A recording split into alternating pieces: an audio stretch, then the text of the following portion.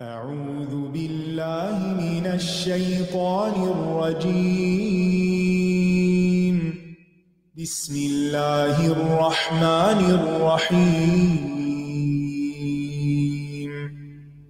الحمد لله رب العالمين. الرحمن الرحيم. مالك يوم الدين. إياك نعبد وإياك نستعين. اهدنا الصراط المستقيم. صراط الذين أنعمت عليهم غير المغضوب عليهم ولا الضالين.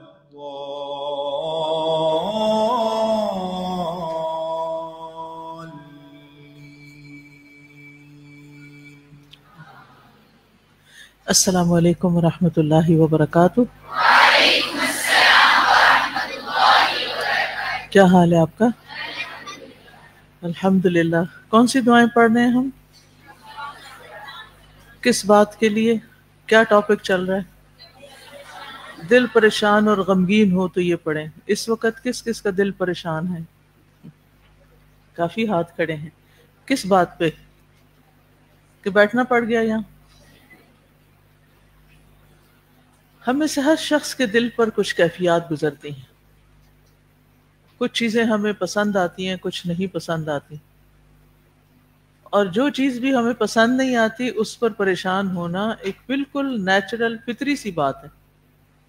لیکن اپنے آپ کو اس پریشانی میں غرق نہیں کرنا اور اس سے دل چھوٹا نہیں کرنا۔ تو پھر کرنا کیا ہے؟ کیا کرنا ہے؟ کون سی دعا؟ نہیں پتا۔ غمگین کیوں نہیں رہنا؟ چلیے یہ وجہ بتا دیں، غمگین کیوں نہیں رہنا؟ شیطان خوش ہوگا، تو شیطان کو خوش نہیں کرنا، بالکل۔ تو چلیے پھر دیکھتے ہیں کہ دل پریشان اور غمگین ہو تو کیا پڑھنا چاہیے۔ ٹھیک؟ عموماً سب سے زیادہ جن باتوں پہ ہم غمگین ہوتے ہیں اور پریشان ہوتے ہیں وہ لوگوں کی باتیں ہوتی ہیں، لوگوں سے پہنچی ہوئی تکلیف ہوتی، اور پھر اس کے علاوہ کچھ اپنے اندر بھی مسائل ہوتے ہیں، کوئی بیماریاں ہوتی ہیں، کوئی اور چیزیں چل رہی ہوتی ہیں، کچھ فکر مندیاں ہوتی ہیں۔ تو جب کوئی انسان دکھ دے، پریشان کرے، تو پھر کس سے شکوہ کرے؟ اللہ تعالیٰ سے۔ تو چلیے دیکھتے ہیں پھر۔ نحمدہ ونصلی علی رسولہ الکریم، اما بعد فاعوذ باللہ من الشیطان الرجیم، بسم اللہ الرحمن الرحیم۔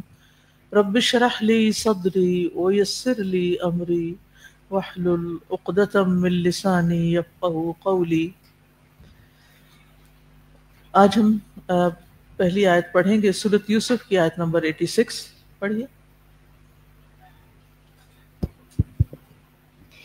انما اشکو بثی وحزنی الی اللہ واعلم من اللہ ما لا تعلمون۔ میں اپنی بے قراری اور اپنے غم کی شکایت صرف اللہ سے کرتا ہوں، اور میں اللہ کی طرف سے وہ کچھ جانتا ہوں جو تم نہیں جانتے۔ جیسا کہ آپ جانتے ہیں کہ یعقوب علیہ السلام یوسف علیہ السلام کی جدائی پر نہایت غمگین رہتے تھے اور انہیں یاد کرتے رہتے تھے، اور اس پر ان کے باقی بیٹوں نے ان سے یہ بھی کہا تھا کہ اللہ کی قسم آپ یوسف کو اسی طرح ہمیشہ یاد کرتے رہیں گے حتیٰ کہ آپ گھل گھل کے مرنے کے قریب ہو جائیں یا آپ ہلاک ہونے والوں میں سے ہو جائیں۔ تو یعقوب علیہ السلام نے جواب دیا کہ میں تمہیں تو کچھ نہیں کہتا، تم نے جو چاہا کر لیا، میں تو اپنی پریشان حالی کا ذکر صرف اللہ سے کرتا ہوں اور اسی سے صبر مانگتا ہوں۔ انما اشکو بثی و حزنی الی اللہ، یہاں انہوں نے دو لفظ استعمال کیے، بث اور حزن. دونوں کا معنی غم ہے، لیکن دونوں میں تھوڑا سا فرق ہے. انسان پر جب کوئی تکلیف آتی ہے، مصیبت آتی ہے، اور اس کے نتیجے میں جو غم پیدا ہوتا ہے وہ حزن کہلاتا ہے، جس کو انسان چھپا لے. لیکن وہ غم جو چھپا نہ سکے، ظاہر کر دے، ظاہر ہو جائے، وہ بث کہلاتا ہے. قرآن مجید میں یہ لفظ کہیں اور بھی آیا، وَبَثَّ وَبَثَّ فِيهَا مِن كُلِّ دَابَّةٍ، کہ اس زمین میں اللہ تعالیٰ نے ہر طرح کے جاندار پھیلا دیے ہیں. بث یعنی پھیل گئی بات. بس وہ غم جس کا تذکرہ ہونے لگا، اوروں کو بھی پتہ چل گیا. تو یعقوب علیہ السلام کا غم کیسا تھا؟ جسے وہ چھپا نہیں سکے تھے، بلکہ وہ سب پر ظاہر تھا. تو اس سے بھی پتہ چلتا ہے کہ ضروری نہیں کہ انسان اپنا ہر غم چھپا بھی لے. بہت سے غم چہرے سے ظاہر ہو جاتے ہیں، یا پھر انسان کی زبان سے ان کا تذکرہ ہو جاتا ہے. انسان اپنے دل کا حال کسی کو سنا کے اپنے دل کو ہلکا کرتا ہے، لیکن اور پھر وہ اس شخص سے جس کے سامنے اس نے بات کی تھی کہیں اور دوسرے تیسرے چوتھے بندے تک، اور یہ کہانی ہر طرف مشہور ہو جاتی. اور کچھ غم ہوتے بھی ایسے ہیں جو کچھ حادثات کے نتیجے میں ہوتے ہیں. کوئی فوت ہو گیا تو obviously جو فوت کوئی ہوتا ہے تو جو پیارے ہوتے ہیں اس کے وہ روتے ہیں، تو وہ غم بھی پھیل جاتا ہے. تو یہاں پر وہ کہتے ہیں انما اشکو، بے شک میں شکوہ کرتا ہوں اپنے غم کا. اپنے غم کا شکوہ کیا مطلب ہے اس کا؟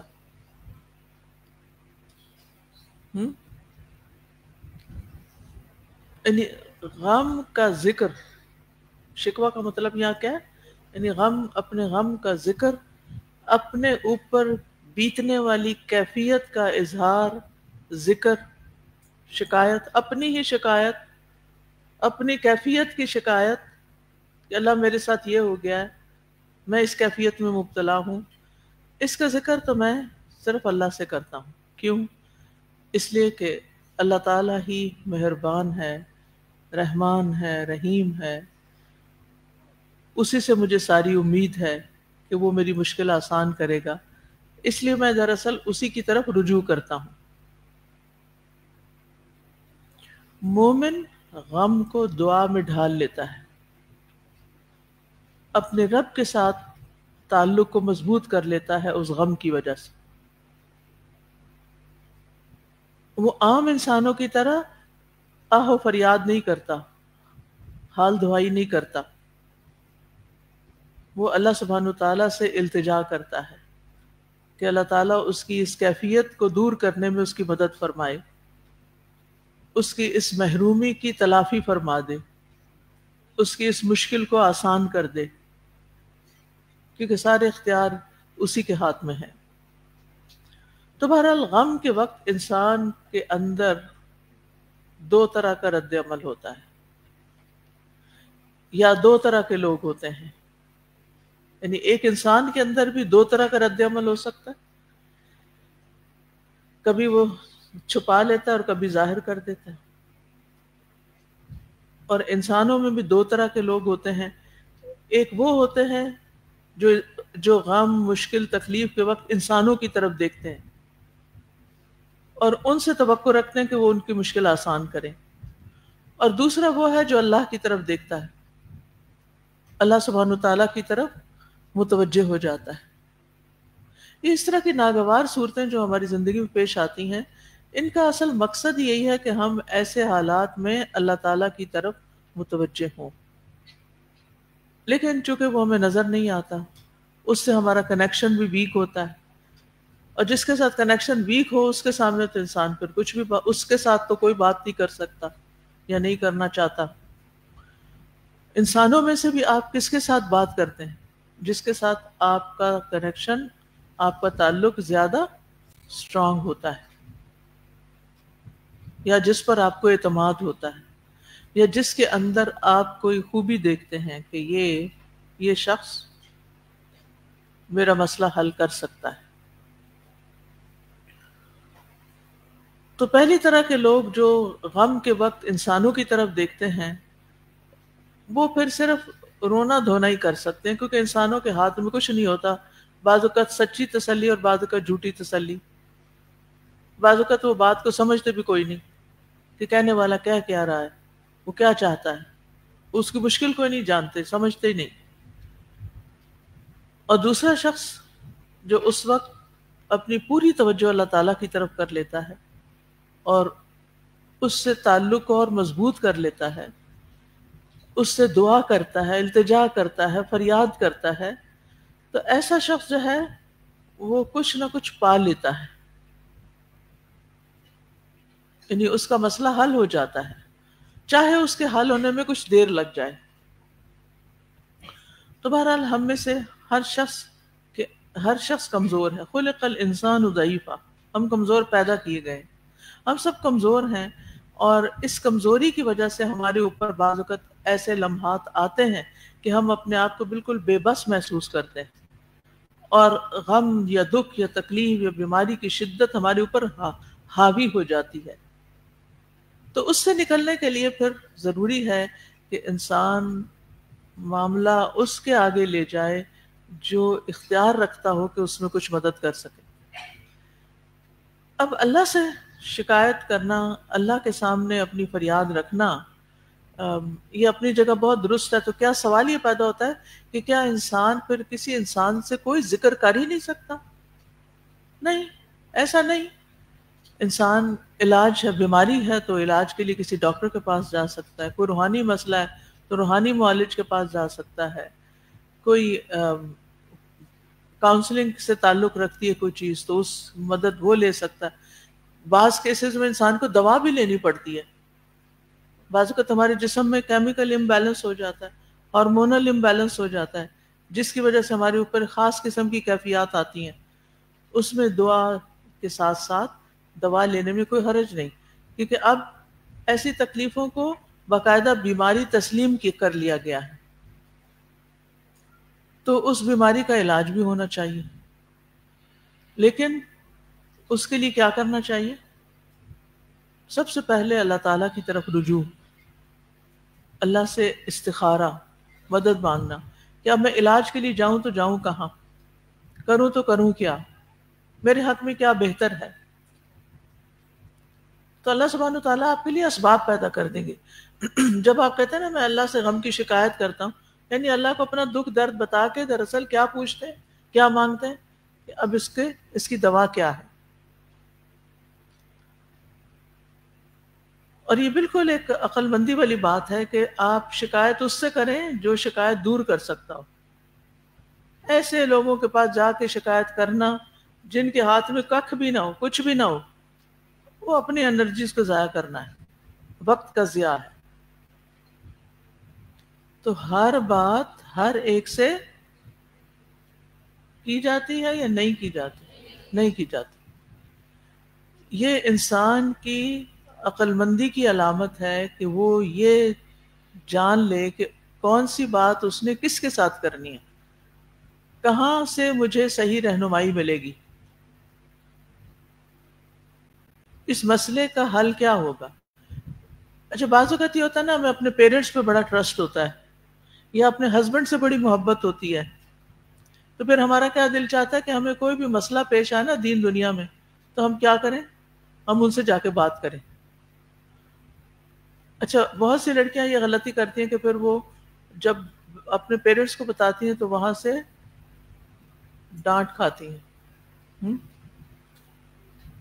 کیونکہ ہر بات کا ذکر ماں باپ سے بھی نہیں کرنا چاہیے۔ بعض اوقات ماں باپ بھی بے بس ہوتے ہیں، شادی کے بعد خاص طور پر بچیوں کو جو مسائل پیش آتے ہیں تو عموماً بچیاں چونکہ شادی سے پہلے عادی ہوتی ہیں ہر بات ماں باپ کو بتانے کی، تو پھر وہ شادی کے بعد بھی شروع ہو جاتی ہیں۔ اس کا نقصان یہ ہوتا ہے کہ ماں باپ غمگین ہو جاتے ہیں جبکہ آپ کا غم اپنی جگہ برقرار رہتا ہے۔ تو ایسی چیزیں ماں باپ سے کم ذکر کرنی چاہیے۔ بہت سے بچے یہ رویہ اختیار کرتے ہیں کہ جب خوشی کی کوئی بات ہوتی ہے تو اس کا ذکر ماں باپ سے نہیں کرتے، اچھے دنوں کا ذکر نہیں ہوتا، شکر گزاری کی بات نہیں ہوتی، لیکن تکلیف کا ذکر ماں باپ سے کر کے خود ٹھیک ہو جاتے ہیں اور وہ بیچارے دکھی کے دکھی رہتے ہیں. تو یہ آپ کو اچھی طرح پتا ہونا چاہیے کہ کون سا مسئلہ کس کے پاس لے کے جانا ہے. مثلاً آپ کو کوئی جسمانی بیماری لاحق ہے، نزلہ زکام ہو گیا، پیٹ درد ہو گیا ہے، یا کوئی اور بڑا مسئلہ آ گیا ہے، اس کا ذکر آپ کو کس سے کرنا چاہیے؟ کس سے کرنا چاہیے؟ ڈاکٹر سے کرنا چاہیے. کیونکہ کچھ لوگوں کی عادت ہوتی ہے کہ اگر کوئی مل گیا نا ان کی بات سننے والا، تو پھر ان کو اگر چھوٹی موٹی بھی کوئی بڑی بیماری کوئی بھی ہوگی، اس کی اتنی ڈیٹیل اس کو بتائیں گے، دوسرے کو بیزار کر دیں گے. بیماری کی تفصیلات غیر متعلقہ لوگوں کو بتانا کیا ان کے اوپر ان کے ساتھ احسان کرنا ہے یا ان کو پریشان کرنا ہے؟ جس کو آپ بتا رہے ہیں نا، یا تو وہ آپ کے لیے کوئی مہربان ہوگا جو آپ سے محبت کرتا ہوگا، اپنی بیماریوں کی تفصیلات اس کو بتا کے آپ اسے تکلیف دے رہے ہیں، یا کوئی آپ کا حاسد ہوگا تو آپ اپنی تکلیفوں کی داستان اس کو سنا کے کیا کر رہے ہیں؟ اسے خوش کر رہے ہیں. اور اس ذکر میں شیطان سارا کچھ سن رہا ہے، دیکھ رہا ہے، اور خود خوش ہو رہا ہے. مزہ آ گیا، اچھا ہے، اب یہ نماز تو صحیح سے نہیں پڑھ سکے گا، اب تو یہ فلاں کام بھی اس کا چھوٹ جائے گا، فلاں نیکی بھی چھوٹ جائے گی. تو اس لیے جب بھی کوئی، یہ اصول بنا لے اپنی زندگی، جب بھی کوئی تکلیف پیش آئے، پہلے عقل مندی سے، حکمت سے کام لیتے ہوئے یہ سوچیں، انالائز کریں کہ یہ کس کے ساتھ بات کرنی چاہیے. ہر شخص ہر فن مولا نہیں ہوتا. ہر ایک، مثلا اگر آپ کو اپنی پڑھائی میں کوئی مشکل پیش آ رہی ہے، یہاں آپ کس سے ذکر کریں گے؟ کس سے ذکر کریں گے؟ اپنی کام والی سے. ٹھیک ہے، یہ صحیح آنسر ہوگا. کیوں؟ وہ تو کچھ نہیں کر سکتی، وہ تو بیچاری کہے گی ہاں بی بی آپ تو واقعی بڑی مظلوم ہے کہ آپ کو الہدا نے پکڑ کے تو 10 دفعہ سبق پڑھنے کا کہہ دیا ہے، آپ کی تو صحت خراب ہی ہوگی. اب نہیں، آپ اس سے ذکر نہیں کریں گے.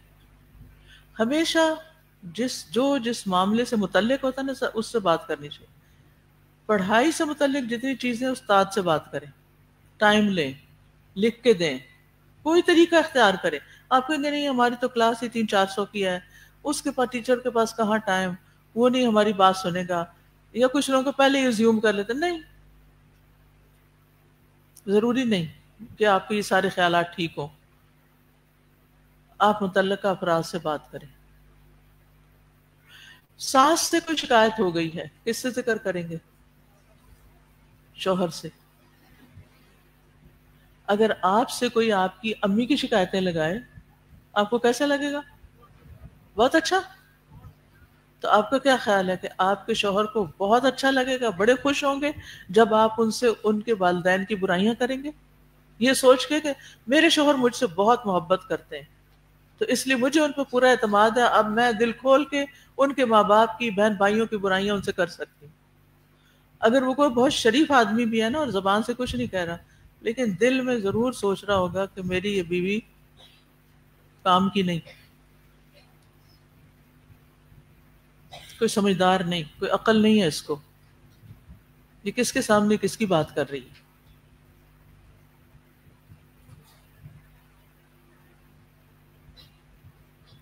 ہر معاملے کو اپنے اوپر لے کر دیکھا کریں کہ یہی چیز اگر کوئی میرے ساتھ کرے گا تو مجھے کیسا لگے گا. تو اللہ تعالیٰ سے نا ہم سب کو حکمت مانگنی چاہیے کہ کس وقت ہمیں کیا کام کرنا ہے، کس طرح رسپونڈ کرنا ہے، کس طرح کہاں بات کرنی ہے. اب اگر آپ اللہ تعالیٰ کے سامنے اپنے غم کا اظہار کریں گے تو کیا اللہ تعالیٰ آپ کے راز، آپ کے دل کا حال کسی اور کو بتائیں گے؟ نہیں بتائیں گے نا. تو آپ سیف ہیں نا، محفوظ ہیں. اب پھر آپ دیکھیں اس کا فائدہ بھی آپ کو ہوگا، ایون دو لیٹر آن بھی ہو، لیکن ہوگا. یعقوب علیہ السلام نے جب اپنے غم اور دکھ کی فریاد اللہ تعالیٰ سے کی تھی تو ان کو کوئی فائدہ ہوا؟ ہوا کیا ہوا؟ یوسف کی خوشبو پالی اور پھر یوسف علیہ السلام کو پا لیا. بات دعا سنی گئی. اور نہ صرف ہے کہ یوسف علیہ السلام، باقی انبیاء بھی یہی کرتے رہے ہیں کہ وہ اپنی مشکل سے چھٹکارا پانے کے لیے اپنے غموں کو، اپنے اندر کی پریشانی کو اللہ کے سامنے رکھتے رہے. مثلا زکریا علیہ السلام، انہوں نے اپنی فکر مندی کس کے سامنے رکھی؟ اللہ تعالیٰ کے سامنے. وَإِنِّي خِفْتُ الْمَوَالِيَ مِنْ وَرَائِي، مجھے اپنے پیچھے اپنے وارثوں کا بڑا ڈر ہے کہ یہ بھٹک جائیں گے، ان کے لیے ان کو کوئی رہنمائی کرنے والا چاہیے، میری آئندہ آنے والی نسلوں کو کوئی دیکھنے والا چاہیے. بیٹا مانگ رہے ہیں نا اللہ سے، کس لیے مانگ رہے ہیں؟ اس لیگیسی کو آگے لے جانے کے لیے، اس کام کو آگے بڑھانے کے لیے جو اللہ نے ان کے سپرد کیا تھا پیغمبری کی صورت میں، کہ اللہ یہ سلسلہ جاری رہے ہدایت کا. اچھا، موسیٰ علیہ السلام جب مصر سے قتل کے الزام میں، یعنی کہ اس واقعے کے بعد جب پریشان ہو کر انہوں نے شہر چھوڑا تو کس سے بات کی جب ان پہ مشکل آ گئی؟ کیا کہا؟ عسیٰ ربی ان یہدینی سواء السبیل. کیونکہ ان کو نہیں پتا تھا میں کس ڈائریکشن پہ اب جا رہا ہوں، لیکن وہ جا رہے تھے. تو وہ کہتے ہیں عسیٰ ربی ان یہدینی سواء السبیل، مجھے امید ہے میرا رب مجھے سیدھا رستہ دکھائے گا، میں صحیح منزل پہ پہنچ جاؤں گا جہاں مجھے پہنچنا چاہیے. اچھا، وہاں پہنچ جاتے ہیں. اب کچھ کسی ایک کو نہیں جانتے. پھر ایک اور پریشانی کہ شہر تو آ گیا ایک جس سے پناہ لے سکتا ہوں، مصر کی حدود سے باہر نکل گیا ہوں، فرعون کا یہاں کوئی حکم نہیں چلے گا، جان بچ گئی ہے، لیکن اب آگے رہوں کہاں؟ پھر کس سے مشورہ کیا؟ حالانکہ اس سے پہلے وہ ان لڑکیوں کی خدمت کر چکے تھے، پانی پلا چکے تھے، خود تھکے ہوئے تھے، بھوکے تھے، کچھ پتہ نہیں، غم کے مارے تھے، سب کچھ اچانک چھوڑنا پڑا. آپ سوچئے کبھی بھی آپ کو اچانک اپنا گھر بار چھوڑنا پڑے، یہ کتنا بڑا حادثہ ہوتا ہے. کبھی کسی کو کوئی ایسا ایکسپیرینس ہوا، اللہ نہ کرے کسی گھر میں آگ لگ جائے یا کوئی زلزلہ آئے یا کوئی چیز ایسی کہ آپ کو اچانک باہر نکلنا پڑا؟ اور جی آپ کیا ہوا تھا؟ آپ بہت دور بیٹھی ہیں، آگے آ جائیے. کہ ایک چند سیکنڈ میں آپ کو گھر چھوڑنا پڑ گیا. آپ کو پتا جب پارٹیشن ہوئی تھی تو لوگوں نے، کچھ لوگ یہاں سے ہندوستان کی طرف گئے، کچھ وہاں سے یہاں پر آئے، اور اچانک کیا ہوا؟ انہوں نے اپنا گھر چھوڑا، کچھ بھی نہیں اٹھایا. مختصر اور بتائیے کیا ہوا؟ مائک میں.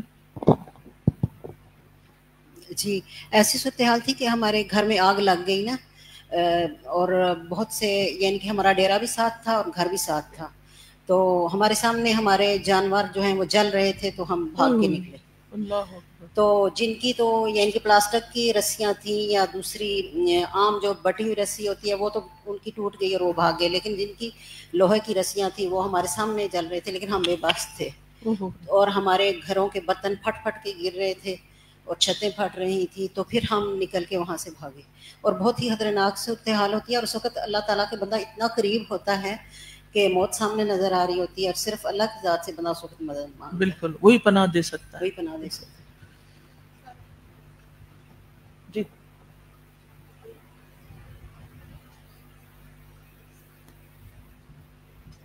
السلام علیکم ورحمۃ اللہ وبرکاتہ. استاذہ جی، تقریباً 5-6 سال پہلے ہم اپنے بیٹے کو ایئرپورٹ چھوڑنے گئے اور واپسی پہ ہم کام کرتے ہوئے آئے. ہم گھر پہنچے تو ہمارے گھر میں آگ لگی تھی اوپر والے پورشن میں. تو سمجھ ہی نہیں آ رہی تھی کہ حالانکہ سرونٹ بھی 24 آورس ہمارے پاس رہتی ہے، تو یہ آگ لگی کیسے؟ تو اب بالکل پریشانی کا عالم تھا. اس سے پہلے بھی 1-2 دفعہ ایسے ہی شارٹ سرکٹ کی وجہ سے آگ لگی، تو اللہ تعالیٰ نے سمجھا دیا کہ کرنا کیا ہے. تو سب سے پہلے میں نے جا کے مین سوئچ بند کیا،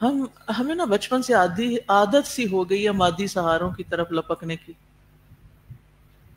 اور ہمارے پیارے بھی ہمیں کہتے رہتے ہیں کیوں غم کرتی ہوں، میں ہوں نا، تمہارا باپ ہوں، تمہارے سر پہ ہوں، تمہیں کیا پریشانی ہے، میں ہوں نا، تمہارا شوہر ہوں، اور تمہاری مشکل تمہیں نہیں پریشان ہونا چاہیے، وہاں کے ہوتے ہوئے تمہیں زندگی میں کچھ نہیں ہوگا، فکر نہیں کرو. یہ کیوں کہتے ہیں ہم؟ یہی کہنا بیٹے اللہ ہے نا، لا تحزن لا تحزن ان اللہ معنا. غم سے نکلنے کا راستہ صرف یہ ہے کہ انسان کو یقین ہو کہ ان اللہ معنا. جب یہ آپ کو تسلی ہو جائے گی نا ان اللہ معنا، تو پھر غم رخصت ہو جائے گا، پھر کوئی چیز نقصان نہیں دے گی. اور ویسے بھی آپ دیکھیں کہ جو بھی تکلیف آتی ہے وہ کس کے اذن سے آتی ہے؟ اللہ کے اذن سے. اور جو چیز اللہ کے اذن سے آئی اس کی شکایت بندوں سے کیوں؟ اچھا، کچھ لوگوں کا حال یہ ہوتا ہے کہ وہ صرف یہ نہیں جو وقتی تکلیف آئی تو وہ آپ سے شکایت کریں. کچھ لوگوں نے گٹھڑی باندھی ہوئی ہوتی ہے کچھ لوگوں کے خلاف شکایت کی، کچھ شکایتیں انہوں نے پلے باندھی ہوئی ہوتی ہیں، گرہ لگائی ہوئی ہوتی ہے. جب موقع ملتا ہے، جب خیال آتا ہے، بس اس کا ذکر بار بار بار بار بار بار، ایسے جیسے جنون لاحق ہوا ہوا ان کو. عجیب خود بھی مجنون بنے ہوئے ہوتے ہیں، دوسروں کا دماغ بھی خراب کرتے ہیں. بھئی ایک چیز تھی آپ کی زندگی میں آئی اور گزر گئی، چھوڑو اس کو، بلاؤ اس کو، جانے دو اس کو، کیوں ہر موقع پہ لے کے بیٹھ جاتے ہو؟ تکلیفوں کا تذکرہ کرتے رہنا تکلیفوں کو تازہ رکھتا ہے بلکہ بڑھاتا رہتا ہے. اور کچھ لوگوں سے تو ہم اللہ واسطے کا بیر جس کو کہتے ہیں نا، بس اس سے تو ایک دفعہ اختلاف ہو گیا تو بس اب اس سے تو دشمنی پال لینی ہے، اور اس کو تو کبھی معاف نہیں کرنا، اور اس کا تو بس ہر جگہ میں نے اس کو بدنام کرنا ہے. عجیب لوگ ہیں ہم. مشکل آ جائے دعا کریں اور پھر توکل کریں. یہی اللہ پر ایمان لانے کا مطلب ہے نا. اگر اللہ پر ایمان ہے تو پھر اللہ پہ بھروسہ بھی کرے نا. یہ سمجھ لیں کہ اللہ نے کر دینا ہے جو میں مانگ رہا ہوں. تو جب انسان پہ مشکل آتی ہے اور انسان اللہ کی طرف توجہ کرتا ہے، اللہ پہ بھروسہ کرتا ہے، تو اللہ تعالیٰ اس کے اندر اس غم کو برداشت کرنے کی قوت بھی پیدا کر دیتا ہے، بلکہ اس غم کو دور کرنے کی صلاحیت بھی پیدا کر دیتا ہے. اور اگر کسی انسان کا اللہ پہ بھروسہ نہیں، توکل نہیں، تو یاد رکھیے پھر وہ زندگی میں کچھ بڑا کام نہیں کر سکتا، وہ اپنے آپ کو ضائع کر دیتا ہے. اور یہ طرح طرح کے مسائل، مشکلات، چیلنجز زندگی میں کیوں آتے ہیں؟ تاکہ ہم طوفانوں، کیونکہ زندگی امتحان کے لیے نا. فَأَصَابَهُمْ غَمًّا بِغَمٍّ فَأَصَابَكُمْ غَمًّا بِغَمٍّ لِكَيْ لَا تَحْزَنُوا عَلَى مَا فَاتَكُمْ. اللہ نے تمہیں غم پہ غم اس لیے دیا تاکہ تم غمگین نہ ہو اس پر جو تمہارے ہاتھ سے چلا گیا. پہلے ایک چیز گئی، وہ چھوٹی تھی، اللہ نے ایک اور غم دے دیا جو اس سے بڑا تھا، تو وہ چھوٹی کدھر گئی تکلیف؟ جو تمہارے ہاتھ سے چلی گئی چیز وہ بھول گئی. تو یہ اللہ تعالیٰ کا ایک خاص طریقہ ہے بندوں کو امتحان سے گزارنے کا اور ان کو دنیا میں بڑے کام کرنے کے لیے تیار کرنے کا. موسیٰ علیہ السلام کو اللہ سبحانہ وتعالیٰ نے تیار کیا تھا، مصر سے باہر لے جا کر مدین رکھ کے، بکریاں چرا کے فرعون کے پاس لے جانا تھا. وہ ان کا ٹریننگ پیریڈ تھا، وہاں جانا ضروری تھا، بس ایک بہانہ بن گیا. اور آپ دیکھیں کہ ہماری زندگی میں بھی کچھ چیزیں بس بہانہ بنتی ہیں، ورنہ وہ اتنی بڑی ہوتی کوئی نہیں. وہ ہماری زندگی کا رخ پھیرنے کا بہانہ بن جاتی ہیں، اور اسی میں خیر ہوتی اگر ہم مثبت سوچیں کہ جو کچھ ہوا اللہ کے اذن سے ہوا. اور پھر مدد بھی اللہ سے مانگتے ہیں، اور اللہ ہی راہ دکھانے والا ہے. تو چاہے حالات کی سختی ہو، جسمانی بیماری ہو، لوگوں کی طرف سے پریشانی ہو، تو کیا کریں؟ اللہ کو پکاریں، اپنے غم کی داستان اللہ کے سامنے رکھیں، اس سے باقاعدہ باتیں کریں. اللہ تعالیٰ دل کی بات بھی سنتا، بول بول کے کریں، بے شک رو کے کریں، جتنا رونا رو لیں. کوئی آپ کا مذاق نہیں اڑائے گا، کوئی آپ پہ ترس نہیں کھائے گا، بلکہ آپ کی دعا میں ہچکی لگ گئی تو دعا اور بھی زیادہ اچھی ہو جائے گی. جو روتے ہوئے دعا کی جاتی ہے نا وہ دل کے اندر سے نکل رہی ہوتی، جو عام دعا کے ساتھ کوئی کمپیریزن نہیں اس کا. اور پھر آپ دیکھیے کہ اگلا مرحلہ ہوتا ہے توکل کے بعد اپنے معاملات اللہ کے حوالے کر رہے، تفویض جس کو کہتے ہیں. افوض امری الی اللہ، میں اپنا معاملہ اللہ کے حوالے کرتا ہوں. ایک تو سورت وہ ہے نا، سورت مزمل میں آتا ہے فاتخذہ وکیلا، ٹھیک ہے نا، رب المشرق والمغرب لا الہ الا ہو فاتخذہ وکیلا. اور یہ تو ہے بھروسہ کرنا ہے کوئی جس اس کو میں نے وکیل بنا لیا، اس کو میں نے سونپ سپرد کر دیا. پھر اس کے بعد یہ ہے کہ تفویض یہ ہوتا ہے کہ انسان کسی طوفان میں بھی اپنا معاملہ اللہ کے سپرد کر کے، حوالے کر کے، اس یقین میں آ جائے کہ اللہ اس کشتی کو ڈوبنے نہیں دے گا، اور جو بھی ہوگا اللہ تعالیٰ کی طرف سے بہتری ہوگی. اور یہ توکل اور تفویض جو ہے، یہ یعنی معاملہ اللہ کے سپرد کر دینا، یہ دراصل ایمان کی علامت ہوتی ہے. اس سے پتہ چلتا ہے کہ آپ کا ایمان کتنا ہے. ٹھیک ہے، چلیے اگر آپ کچھ کہنا چاہیں تو جی خوشبو کہیے. استاذہ جو بھی آپ نے بات کی نا کہ اللہ تعالیٰ غم پہ غم اس لیے دیتا ہے کہ پچھلے غم چھوٹے لگیں، تو میں سوچتی جیسے ہم لوگ ورک آؤٹ کرتے ہیں نا، تو پہلے 10 kg کا اگر وزن اٹھائیں تو اس کے بعد وہ جان جا رہی ہوتی ہے، ٹانگوں میں دردیں ہو رہی ہوتی ہیں. اس کے بعد کچھ عرصے بعد آپ کا پیشنس مسل بھی اسی طرح بلٹ ہو جاتا ہے کہ 20 kg بھی آپ اٹھا لیں تو پتہ 50 kg تو کچھ لگتا ہی نہیں. پھر اس کا مطلب ہے ہمارا پیشنس مسل بلٹ ہو گیا. مگر اس کے لیے میں دیکھ رہی تھی جو دعاؤں سے کہ ڈٹیچمنٹ ضروری ہے دنیا کے ساتھ، جیسے حضرت یعقوب نے کی کہ میں صرف اللہ ہی سے اپنا ظاہری غم بھی اور جو اندر ہے جو انسان فیل کر رہا ہے وہ تو انسان بتا بھی نہیں پاتا. کبھی کبھی ایون کاؤنسلنگ سیشنز میں بھی لوگ اپنا اصل غم ماسک کر جاتے ہیں، کھلتا ہی نہیں ہے وہ تو اللہ ہی جانتا ہے. تو اس کے لیے ضروری ہے کہ انسان لوگوں سے ڈٹیچ کرے، کیونکہ اصل میں جو غم انسان کو لاحق ہوتے ہیں وہ عموماً ایکسپیکٹیشنز اور قریبیوں سے ہی لاحق ہو رہے ہوتے ہیں، اور پھر انسان اس کو بیان بھی نہیں کر پا رہا ہوتا. تو ڈٹیچمنٹ جو ہے نا وہ چابی ایک طرح کی مجھے لگتی ہے کہ دنیا سے ڈٹیچ ہو کے اور پھر اللہ کے ہاتھ میں اپنا دل دے دیں، اور پھر اللہ جس کے چاہے ہاتھ میں دے تو وہ ٹوٹے گا نہیں. پھر جی پیاری استاذہ، یعقوب علیہ السلام کی بڑی ہی خوبصورت دعا ہے، اور اس سے کہ میں اپنے سارا شکوہ اللہ کے حوالے کرتا ہوں. تو استاذہ جس پہ گریف مینجمنٹ ہے اس کے بعض دفعہ بہت سے فائدے بھی ہوتے ہیں. ایک تو انسان جو ایموشنل پین جو ہوتا ہے وہ کم ہو جاتا ہے، ریڈیوس ہو جاتا ہے، اس سے انسان کا موڈ ایٹ ٹائمز اس سے بہتر ہو جاتا ہے. پھر انسان کے ریلیشن شپ اسٹرانگ ہوتے ہیں کہ جس کے بارے میں انسان غم کر رہا ہے ان کے ساتھ ایک ریلیشن ہوتا ہے اسٹرانگ.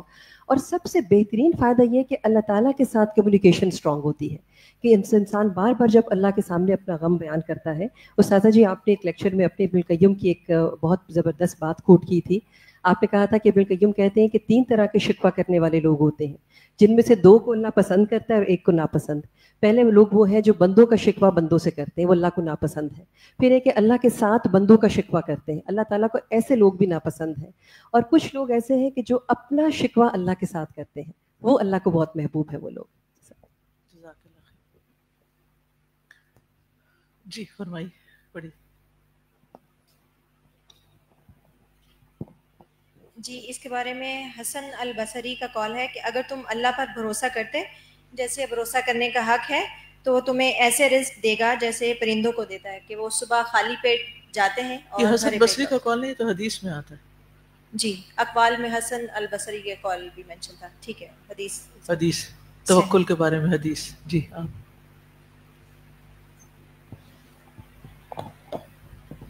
سادہ اللہ کے ساتھ اس کی مائیت کا احساس اللہ کا قرب دیتا ہے، اور مجھے ایسا محسوس ہوتا ہے کہ غم ایک ہوپ ہے، اور کیونکہ یہ نارمل حالات میں ہمیں نظر نہیں آتی تو مجھے زیادہ سیکھنے کے مواقع تب ملے جب میں پین سے گزری. مجھے سیکھنے کے مواقع جب جب ملے، جب میں پین سے گزری. اسی طرح یہ یہاں پر جو بات ہے نا کہ میں اپنا شکوہ اپنے غم کا اپنے اللہ سے کرتا ہوں. ابھی آپ نے کہا کہ انسان جب پریشان ہوتا ہے یا غم میں ہوتا ہے تو وہ سب سے پہلا خیال اس کا آتا ہے جس کو سب سے قریب سمجھتا ہے یا جس پر اعتماد ہوتا ہے یا عام دنوں میں اس کا ایکسپیرینس اس کے ساتھ بہت اچھا رہتا ہے. تو یہ بھی ہر ایک کا اپنا ہوگا نا. انہوں نے کہا اللہ، میں اس سے زیادہ قریب سمجھتا ہوں. پھر دوسرا انہوں نے کیوں کہا کہ میں اللہ ہی ہے. پھر اگلی دفعہ کہتے ہیں وہ اعلم من اللہ، کیونکہ میں ان کو جانتا ہوں. تو یہ ٹرسٹ کے لیے یا شیئرنگ کے لیے یہ جو ہوتا ہے نا، آپ کہتے ہیں نہیں اس سے نہ بتا، آپ کہتے ہیں مجھے پتا ہے، میں اسے جانتا ہوں کہ وہ کر دے گا. تو یہ عالم ہونا بہت ضروری ہے اللہ کے بارے میں. اللہ جزاک اللہ خیر. توجہ دلائی آیت کے دوسرے حصے کی طرف، وَأَعْلَمُ مِنَ اللَّهِ مَا لَا تَعْلَمُونَ، یعنی اللہ کی طرف سے مجھے وہ کچھ علم ملا ہے جو تمہارے پاس نہیں ہے. تو وہ علم کی بنیاد پر میں یہ بات کہہ رہا ہوں کہ اللہ کے سپرد معاملہ کرنے سے اور اللہ کے سامنے شکوہ کرنا انسان کو فائدہ دیتا ہے.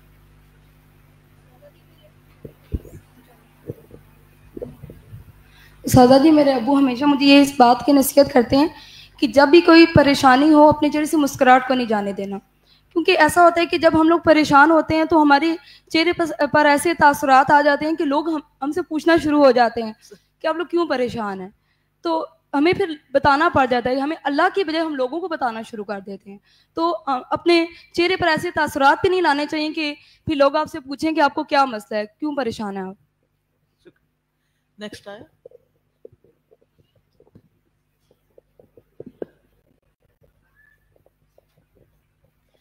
وَإِن يَمْسَسْكَ اللَّهُ بِضُرٍّ فَلَا كَاشِفَ لَهُ إِلَّا هُوَ وَإِن يُرِدْكَ بِخَيْرٍ فَلَا رَادَّ لِفَضْلِهِ يُصِيبُ بِهِ مَن يَشَاءُ مِنْ عِبَادِهِ وَهُوَ الْغَفُورُ الرَّحِيمُ.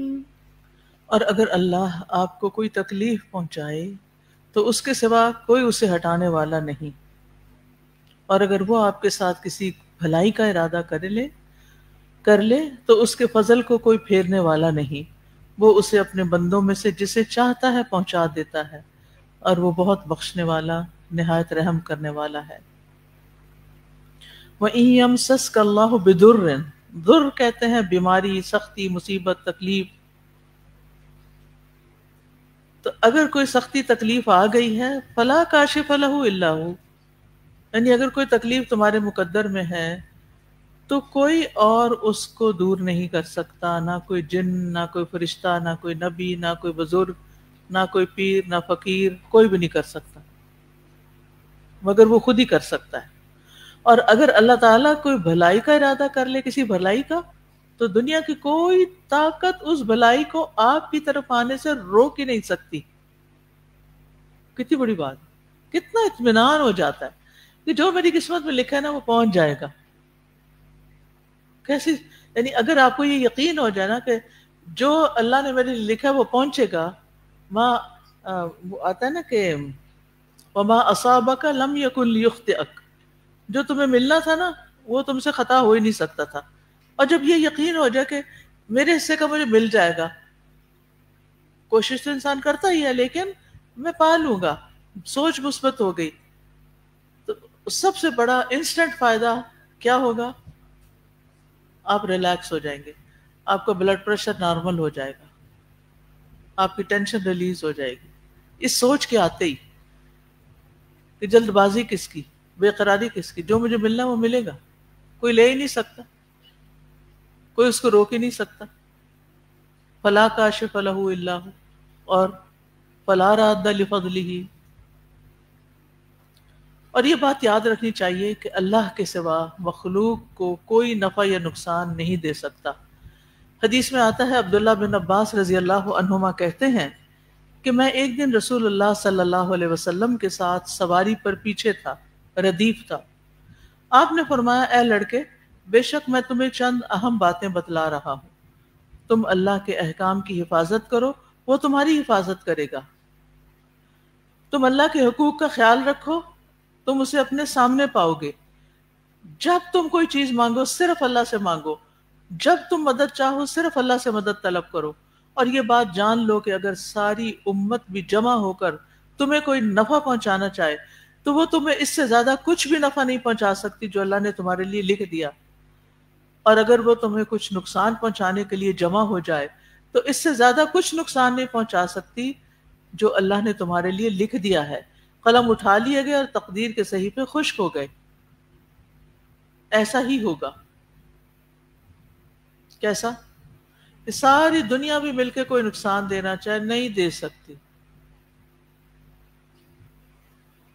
اچھا کچھ لوگ دھمکیاں دیتے ہیں نا کہ ایسا کر دیں گے ویسا کر دیں گے, جان سے مار دیں گے.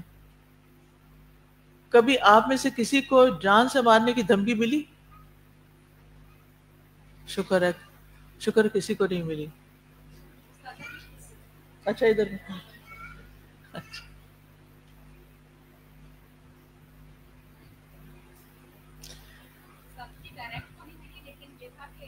میری بیٹی کسی کے ساتھ اسکول میں تھی تو اسکول میں فرینڈ شپ ہو جاتی ہے تو اس میں وہ گیمس کھیلتی تھی باتیں کرتی تھی ان کی باتیں کسی نے سنی تو انہوں نے ہیک کر دیا. اب وہ بچی چھوٹی سی ہے اور 8-9 سال کی ہے اور اسے کہا کہ تم میرے سے باتیں کرو میں نے تمہاری امی کو مار ٹھیک ہے. وہ بیٹ کو شکر ہے وہ روتی روتی میرے پاس آئی. اس نے کہا کہ ماما مجھے یہ بات اسے کہی ہے. میں نے کہا ابھی کرنا ہی نہیں ہے پاپا کیا کہیں گے. میں نے کہا ابھی فکر کی بات ہی نہیں.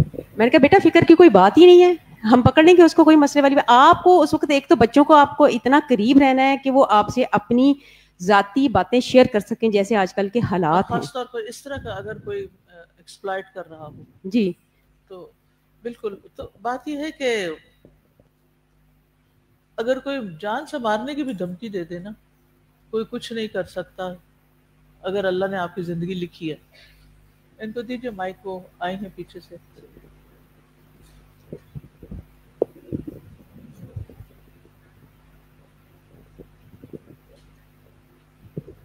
السلام علیکم ورحمۃ اللہ وبرکاتہ. میرا نام عابدہ اللہ الدین ہے. میں الہدا کی لسٹ مطلب زبیدہ باجی آواز آ رہی شروع کی ایز اے لسنر اور ہمیشہ لسنر رہی. یہ کہتے ہیں نا قرآن بشیر و نذیر ہے, تو میں ہمیشہ خوشخبری ہی کے ساتھ اٹیچ رہی ہوں. جہاں پہ کوئی مشکل پریشانی ہوئی اس سے میں تھوڑی دور ہی رہی because of my sensitivity of personality. لیکن اللہ تعالیٰ نے ان پریکٹس مجھ سے ایسے مطلب دکھ تکلیف میری قسمت میں تھے, لیکن میں نے ہمیشہ اس کو یہی سمجھ کر نظر انداز کیا کہ جہاں نظر انداز کیا کہ اللہ تعالیٰ نے کہ ہر مشکل کے ساتھ ان مع العسر یسرا ہمیشہ ساتھ ساتھ رہا. اچھا آپ نے پہلے بات کی, انہوں نے نیشنل ڈیزاسٹر کی بات کی جو اللہ تعالیٰ نے کسی کو بجلی اور کوئی اس طرح کر کے حادثات ہوئے. میرے اپنوں نے آفٹر مائی ڈائیورس مجھے گھر سے نکال دیا. نکلنے کے بعد میں اپنے تعلقات جان پہچان مریم اور رنگزیب کے گھر چلی گئی. فرام دیٹ کہ اس کے گھر اللہ نے رزق دے دیا. She was nothing before and now she is some thing آپ کے سامنے ہے. اور اس کے بعد آج میں اپنے گھر میں واپس ہوں. جس طرح آپ نے جو اسٹوری سنائی نا کہ آج میرا اپنا بیکاز وی آر 9 سسٹرز اور میں سب سے بڑی ہوں, تو آج مجھے پوری اسٹوری میں لگتا ہے کہ جو حضرت یوسف کی ہے, آپ کسی کو حسد کے مارے کسی کو تکلیف کی, یہ پراپرٹی کہیں اس کے نام نہ ہو جائے, یہ گھروں میں یہ مسئلے مسائل ہوتے ہیں. دین کا پتہ ہونا اور دین میں کوئی ایک شخص جو کہ شرابی نشئی آ جائے, مطلب بہنوں میں سے کسی کا بیٹا, میں نے کبھی بھی دنیا کی مطلب پڑھائی کو پرائورٹی نہیں دی, دین کو پرائورٹی دی ہے اور اس کی رسپیکٹ کی ہے اور اللہ کو سمجھا ہے. اور مطلب جیسے کہتے ہیں ایمان کی کیفیت میں رہی ہوں, لیکن لوگوں کے رویوں کی وجہ سے ایمان میں بھی کمی آ جاتی ہے. عورتوں کے اپنے ایام ہوتے ہیں اس کی وجہ سے بھی, اور دوسرے جو رویوں کی وجہ سے بھی انسان ڈسٹرب ہو جاتا ہے. لیکن میں یہ سمجھتی ہوں کہ اپنے آپ کو ہمیشہ جی میرا سوال اصل میں یہ تھا کہ جان سے مارنے کی دھمکی, ہاں جان گھر سے نکالنا اور بات ہے, یعنی 4 بار میرا ایکسیڈنٹ ہونا اور بات ہے. بات یہ ہے کہ بعض اوقات جیسے آپ کو کوئی تھریٹ کرتا ہے, تھریٹ ہی ہے نا, آپ کو کوئی نکال دے اور پھر اس کے بعد تھریٹنگ پوزیشن میں چیزیں آ جائیں. تو الحمدللہ میں نے یہ چیز دیکھی کہ آپ کو کوئی مار بھی نہیں مار سکتا. بالکل اگر اللہ تعالیٰ نہ چاہے رزق چھین نہیں سکتا. جزاک اللہ آپ خیر. جہاں جہاں جائیں آپ کو رزق ملتا چلا جائے گا. بالکل.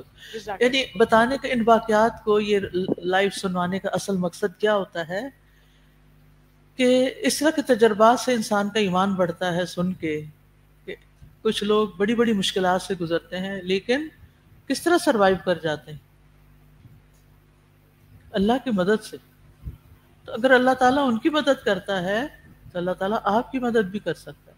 تو گھبرانا نہیں زندگی میں. اور ایک دعا نا مسٹ کر لے نماز کے بعد, اور وہ کیا, اللہم انی اعوذ بک من الجبن, ٹھیک ہے, واعوذ بک من ان ارد الی ارذل العمر واعوذ بک من فتنۃ الدنیا واعوذ بک من عذاب القبر. اس میں جو پہلا حصہ نا اس کا جبن کا, وہ ہے بزدلی. اللہ مجھے بزدل ہونے سے بچا, کیونکہ بزدلی سے پناہ مانگی گئی ہے. جو بزدل لوگ ہوتے ہیں وہ زندگی میں کچھ کر نہیں سکتے, ہر چیز سے ڈرتے ہیں, مکھی مچھر سے بھی ڈرتے ہیں. اچھا جناب, تو بات یہ ہے کہ اللہ کے سوا کوئی تکلیف دور نہیں کر سکتا, یہ یقین ہونا چاہیے. اصل میں تکلیف تو آتی ہے نا آپ کو جگانے کے لیے, ٹھیک ہے, اور آپ کی عبادات کو بہتر کرنے کے لیے, آپ کے ایمان کو بڑھانے کے لیے, اور یہ سب خیر کے ہی راستے ہوتے ہیں. اور اس میں آپ دیکھیے کہ ایک اللہ سبحانہ وتعالیٰ کا سہارا جب آپ لیتے ہیں تو آپ کی توحید بھی ریفریش ہو جاتی ہے. تو اصل میں توحید کیا ہے؟ اللہ کے ساتھ بندے کا ایسا تعلق جو محبت, خوف, توکل, امید کے جذبات کا مجموعہ ہوتا ہے, یہ توحید ہوتی ہے.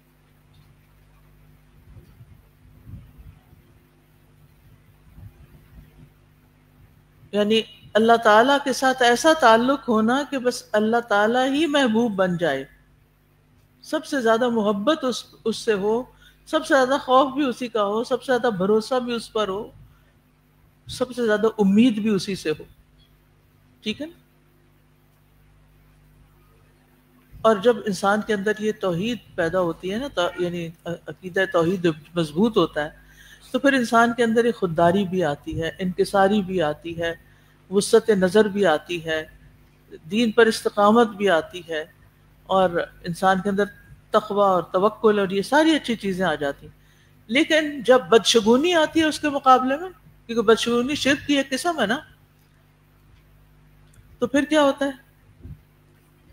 یعنی بدشگونی کیا ہے کہ مثلا سفر کے مہینے میں کسی خاص پرندے یا لفظ کو دیکھنے یا سننے کو بدشگونی سے منسلک کر لینا, کوئی بلی آگے سے گزر جائے کالی, اس سے بدشگونی لینا, اور کس چیز سے لیتے ہیں؟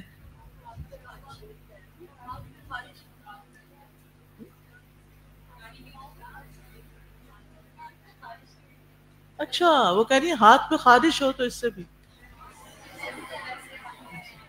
جی, تو آنکھ پھڑکنے سے خوف کھانے لگتے ہیں, اس طرح کی چیزیں. تو اب یہ ہے کہ اس کا مطلب ہے کہ جب آپ ایسے ایسے خوف میں مبتلا ہیں تو اس کا مطلب ہے کہ آپ ان چیزوں سے ڈر رہے ہیں, اور یہ آپ کو خود سے ہی کوئی نقصان دے دیں گی. نہیں, یہ نہیں دے سکتی. اس وقت کیا سوچنا چاہیے؟ کچھ بھی, لا طیر الا طیرک ولا خیر الا خیرک. اللہ کے یعنی جو وہی چیز فائدہ دے گی جو اللہ نے لکھا ہے تمہارے لیے, اور وہی خیر پہنچے گی جو اللہ نے لکھی ہے. کوئی یعنی کسی چیز سے برا شگون لینے سے وہ چیز آپ کو نقصان نہیں دے گی. اور بدشگونی کی کوئی حقیقت بھی نہیں, اور بدشگونی شرک کی ایک قسم بھی ہے, اور بدشگونی جو ہے یہ اللہ پر اعتماد کی کمی بھی ہے. یعنی بدشگونی توکل کے منافی ہے. تو اس لیے آپ نے کیا کرنا ہے, یہ ذرا آیت دوبارہ شمیم پڑھتے ہیں ایک دفعہ.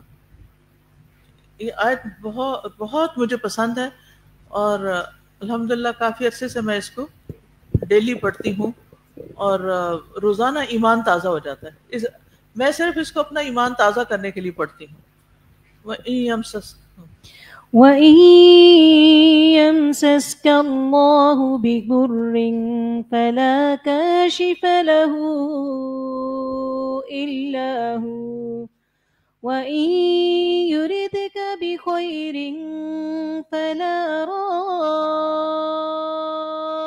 لِفَضْلِهِ يُصِيبُ بِهِ مَن يَشَاءُ مِنْ عِبَادِهِ وَهُوَ الْغَفُورُ الرَّحِيمُ. آپ دیکھیے کہ اس کو توجہ سے ذرا پڑھیں، خود پڑھیں ذرا. وَإِن يَمْسَسْكَ اللَّهُ بِضُرٍّ فَلَا كَاشِفَ لَهُ إِلَّا هُوَ وَإِن يُرِدْكَ بِخَيْرٍ فَلَا رَادَّ لِفَضْلِهِ يُصِيبُ بِهِ مَن يَشَاءُ مِنْ عِبَادِهِ وَهُوَ الْغَفُورُ الرَّحِيمُ. وَهُوَ الْغَفُورُ الرَّحِيمُ. وہ تو ہے ہی غفور الرحیم.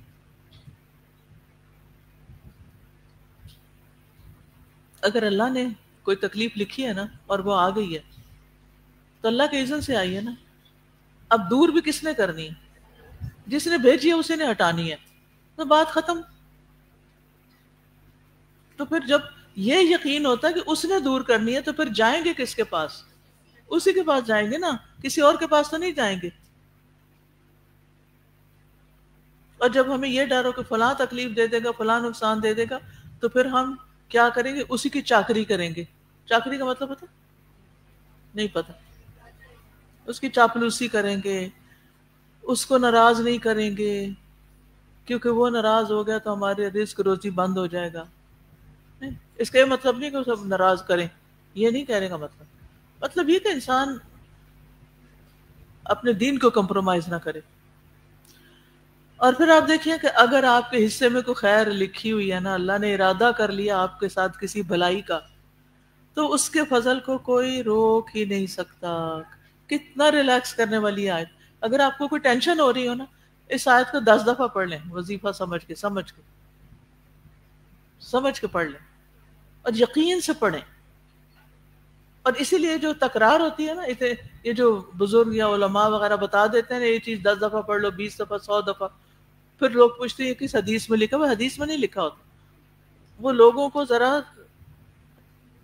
سب یعنی کہ لوگوں کو کسی ٹریک پہ لانے کے لیے کہ کچھ تو کرو، پڑھو تو صحیح، کچھ مدد مانگو اللہ سے، ذرا تھوڑی دیر کے لیے بیٹھو اور یہ وظیفہ کرو اور اللہ کا ذکر کرو، کیونکہ اللہ ہی نے دور کرنی ہے. اللہ سے جوڑنے کے لیے وہ یہ کر دیتے ہیں کہ کوئی عدد بتا دیتے ہیں، کیونکہ وہ اس سے ایک ڈسپلن آ جاتا ہے نا کہ اچھا اتنی دفعہ، ایک ٹارگٹ سیٹ ہو جاتا ہے. جب آپ کو پتا ہو کہ آپ نے کوئی کام کرنا ہے، اتنی دفعہ کرنا ہے، تو پھر آپ اس کے لیے ایک پلاننگ کرتے ہیں کہ کیسے کروں گا، اور پھر کر بھی لیتے ہیں. لیکن اگر کوئی کہے نا کہ مشکل وقت میں یہ پڑھ لے، تو پھر نہیں پڑھی جاتی. ذرا اپنے دل کا جائزہ لیں. کیا یقین آیا اس بات پہ کہ اگر کوئی تکلیف اللہ کی طرف سے آ گئی ہے تو اسی نے دور کرنی ہے؟ یقین آیا کہ کوئی نہیں آیا؟ اگر یہ یقین آ گیا نا کہ اس نے دور کرنی ہے، تو پھر آپ دعاؤں میں کمی کر ہی نہیں سکتے، دعا چھوڑ ہی نہیں سکتے. کچھ لوگ دعائیں کرتے کرتے چھوڑ کے بیٹھ جاتے ہیں. ریسنٹلی ایک بچی نے مجھے لکھا کہ ان کے اوپر بہت بڑی کوئی تکلیف آ گئی ہے اور اب اس کو دعا کرنے کو دل نہیں چاہتا. اب یہ آیت کیا بتاتی کہ تکلیف اگر آئی نا اللہ کے اذن سے، اللہ نے دور کرنی، لہذا دعا کرو، اللہ سے مانگو کہ دور ہو جائے. اور اگر اس تکلیف کے بعد اللہ نے کوئی آسانی لکھی ہے نا، تو یہ ضروری نہیں کہ ہمیشہ تکلیف رہے گی. کیا ہوگا؟ دور ہو جائے گی. وہ کوئی روک نہیں سکتا. ہم لوگوں سے ڈرتے ہیں نا، یہ نظر لگا دے گا، فلاں چیز اس کو بتا دی تو وہ پھر ملے گی نہیں، یہ فلاں ہو جائے گا. نہیں، کچھ بھی نہیں ہوتا. جو اللہ نے دینا ہے وہ دینا ہے. کسی نے کوئی روک ہی نہیں سکتا. کچھ نہیں ہوتا، کچھ نہیں ہوتا. دل میں ڈر آ رہا ہے، بس اپنے آپ سے خود ہی کہ کچھ نہیں ہوتا، کسی نے کچھ نہیں کرنا، کوئی نقصان نہیں دے سکتا. اگر وہ مجھے ملنا ہے تو مل ہی کے رہے گا بس. ہاں مائک لیجیے. جی استاذہ، اس کو پڑھ کے آپ نے کہا کہ کیا فیلنگ آتی ہے، تو ایسے ہوتا ہے جیسے بچے پزل گیم کو توڑتے ہیں نا، پھر اس کو وہ خود ہی جوڑتے ہیں. تو اللہ نے اگر کوئی تکلیف دی ہے تو جوڑ اسی کے پاس ہے، اس کا حل بھی اسی کے پاس ہی ہوگا. پھر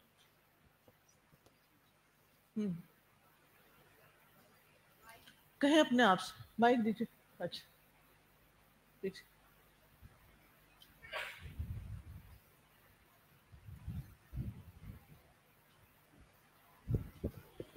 استاذہ جی اس آیت پہ بھی ایک اپنا ایکسپیرینس شیئر کرنا چاہتی ہوں.